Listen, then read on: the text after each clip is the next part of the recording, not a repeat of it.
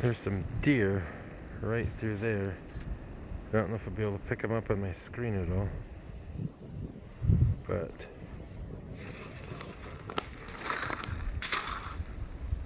oh, see a move? One looking back at me right now. It's probably hard to pick up on my screen, but there's still some deer over there, kind of giving me the eye. You can see the woods down there. I'm up on a little ridge.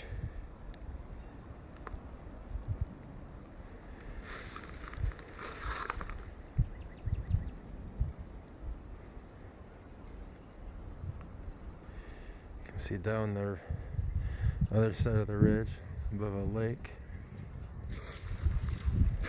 Come back this way. We're going to talk about manifest destiny today. Expansion westward. I've told you guys before that arguably, if you had to sum up U.S. history in just 2 words, which is impossible to do, but one way to do it might be westward expansion, especially here in the 1800s. But if you look at the U.S. Census data, which they've been doing the census data every 10 years since the founding of the country under the U.S. Constitution, every 10 years. And 2020, this year is a census year. I've already filled my stuff out online. But guys, the fact of the matter is, every year the center of America's population has moved a little bit west. Some years more, some years less. It's a little bit less now. But every decade, every census decade, the center of the population has moved west. It's been moving more south recently, especially with the advent of the air conditioner becoming kind of more mainstream. But guys, let's talk about manifest destiny here. And so let's get like a good screenshot of this.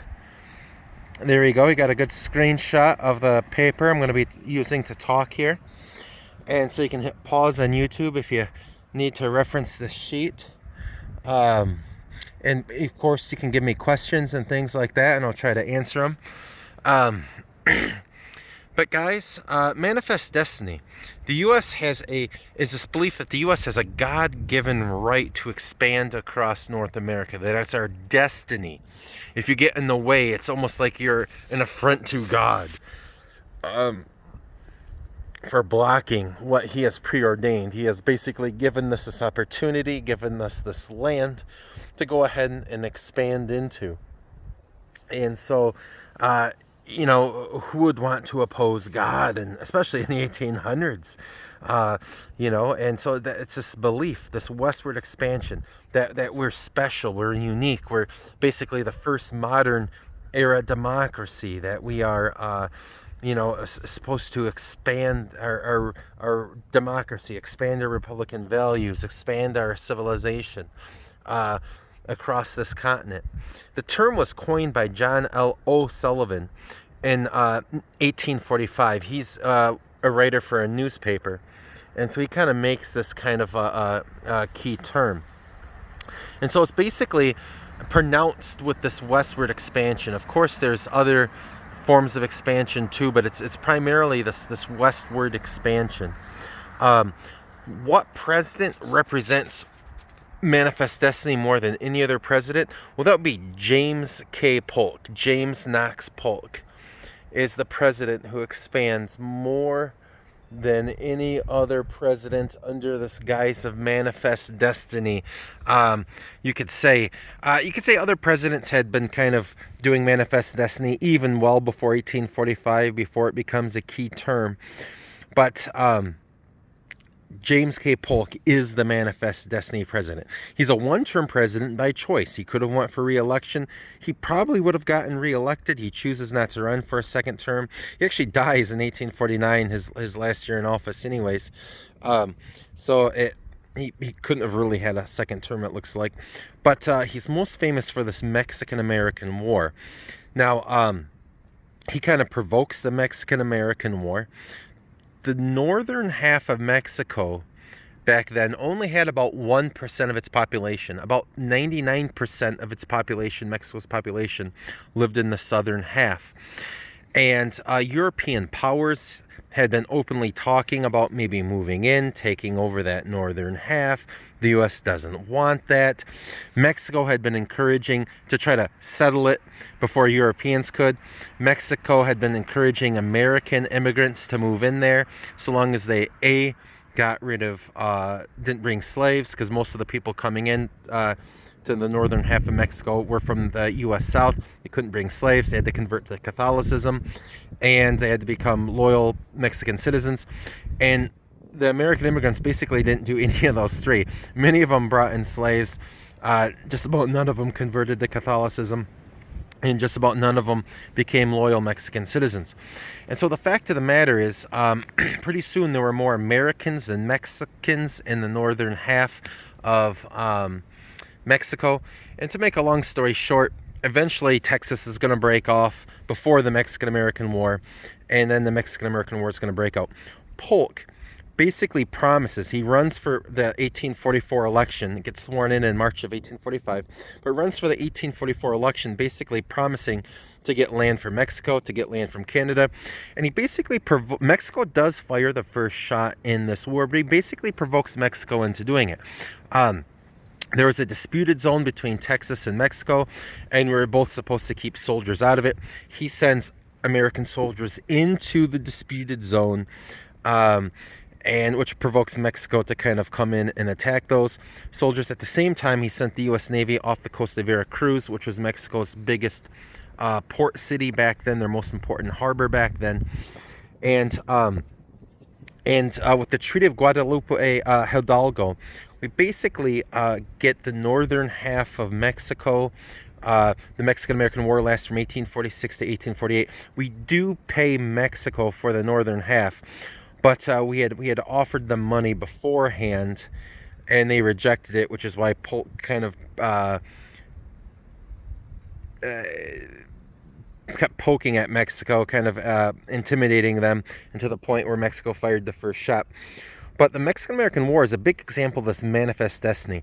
Hey, we have this right to expand westward. We have this right to spread our ways across North America. Mexico, a lot of people are saying, well, Mexico's not using the land. The land's barren. Only 1% of their population lived in the northern half. Hey, Europe is talking about coming in and taking over the northern half of Mexico because it's so unpopulated, it's sparse. Monroe Doctrine. We need to keep Europe out. It's kind of almost irony is the Monroe Doctrine, on one hand, says that we're to protect Mexico if a European power to come and take them over. But then it's also kind of used by some at the time to justify taking over the northern half of Mexico. So people kind of pick and choose how they want to use the Monroe Doctrine. But Ralph Waldo Emerson, famous transcendentalist author, has an interesting quote. We will conquer Mexico, but it will be as the man who swallows the arsenic, which will bring him down in turn. Mexico will poison us. And he's correct. Because the Mexican-American War is one of the many causes of the U.S. Civil War. Well, how so? We get all of this land out west. The biggest political issue in the mid-1800s, early 1800s, mid-1800s, the biggest political issue in the decades leading up to the U.S. Civil War, 1861 to 1865, is the expansion of slavery westward. Will the new territories, will the new states out west, will they be slave or free? Are we going to have slave states out west or free states out west? That's the biggest political issue. We get all of this land for Mexico out west.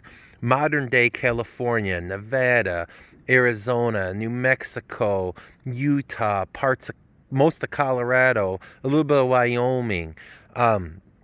Texas had kind of broken off before the Mexican-American War. But we get a lot of land out west. Basically, the entire Southwest, what you'd think of as the Southwest U.S. The entire Southwest U.S. had been the northern part of Mexico at one point. And so it causes tensions between the North and South. We have all this land. Are they going to be slave states? Are they going to be free states that we're going to make out of this? Polk also picks on Canada. Canada's a part of Britain back then. Canada doesn't have like a clear independent state with Britain. I mean, you could argue different dates, but the fact of the matter is Britain's still kind of operating strongly in Canada. And basically, he proposes 54-40 or fight. We're going to get all this land out west. And he doesn't actually do the whole 54-40 or fight, but he does get a lot of land from Canada. We had kind of had joint rule in what we'd call the Northwest today. But he essentially secures Oregon, Washington, Idaho, Montana, kind of that region as being U.S. soil. 100% U.S. soil, no joint rule, none of that. Polk takes us from sea to shining sea at this time. And so, guys, you look at this.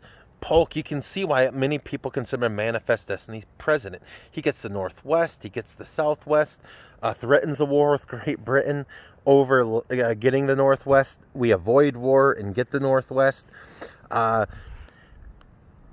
Picks a fight with Mexico, gets the northern half of Mexico. In fact, he was upset because he started to think, well, maybe I'll just take over all of Mexico. How might history be different had he gotten his way on getting all of Mexico? But guys, you can see James K. Polk. This is westward expansion. It's before Polk, it's after Polk, but he's the president most synonymous with the term Manifest Destiny. And how does Manifest Destiny impact other things? Well, look at like Native Americans. They're obviously going to be impacted by Manifest Destiny. This idea that we have the right, it's not even just a right. A lot of people describe it as a duty, that it's like our obligation to expand westward. It's our obligation to spread our way of life, our way of being.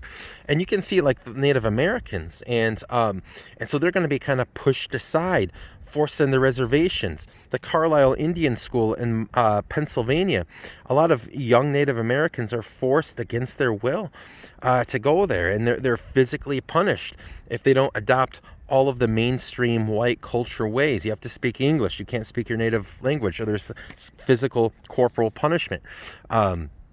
You have to learn farming. You have to learn this. You have to learn that. And then they're supposed to go back to their reservations and then teach their fellow Native American communities how to basically have mainstream white American culture. And, just the forcing of Native Americans on their reservations. Hey, we need to farm this land. I've heard some historians, believe it or not so much in recent years, but historians in the past justify this whole reservation process. Look, you have all these poor immigrants coming in from Europe, and they're starving, and you need this land to farm, and you need this land for all the starving people.